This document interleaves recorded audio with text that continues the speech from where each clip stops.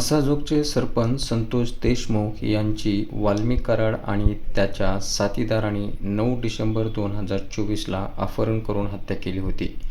या प्रकरणात आता अनेक धक्कादायक माहिती समोर येत आहे. संतोष देशमुख यांच्या अपहरणावेळी इंडिगो गाडीचे चालक शिवराज देशमुख यांना धमकावण्यात आलं होतं. संतोष देशमुख हत्या प्रकरणात फिर्यादी असलेला शिवराज देशमुख यांच्या जबाबातून धक्कादायक सत्य समोर आलं आहे.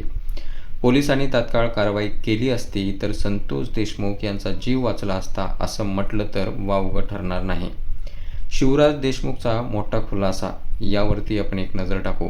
संतोष देशमुख यांची गाडी शिवराज देशमुख चालवत होते.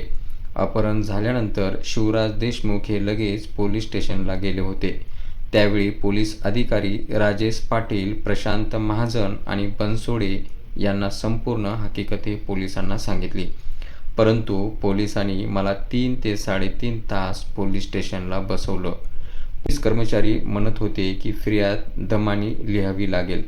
तसेच कायदा बदललेला असल्यामुळे पुस्तक पाहून कलम लिहावे लागतील असेही ते म्हणत होते. त्यामुळे फिर्याद देण्याकरता बराच वेळ लागला, असं शिवराज देशमुख यांच्या जबाबामधून सत्य समोर आलेलं आहे. कोयत्याने शिवराज देशमुखला धमकावलं.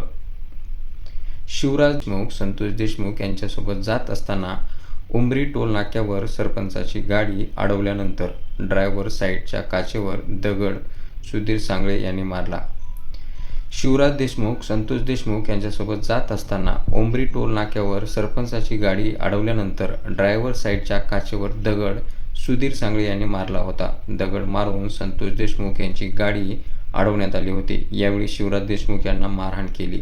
जयराम चाटे यांनी त्यांच्या हातातील कोयत्याने इंडिगो गाडीचे चालक शिवराज देशमुख यांना धमकावलं. दरम्यान सुदर्शन घुले यांनी डाव्या बाजूचा दरवाजा उघडून सरपंच देशमुख यांना कॉलर धरून बाहेर खेचलं.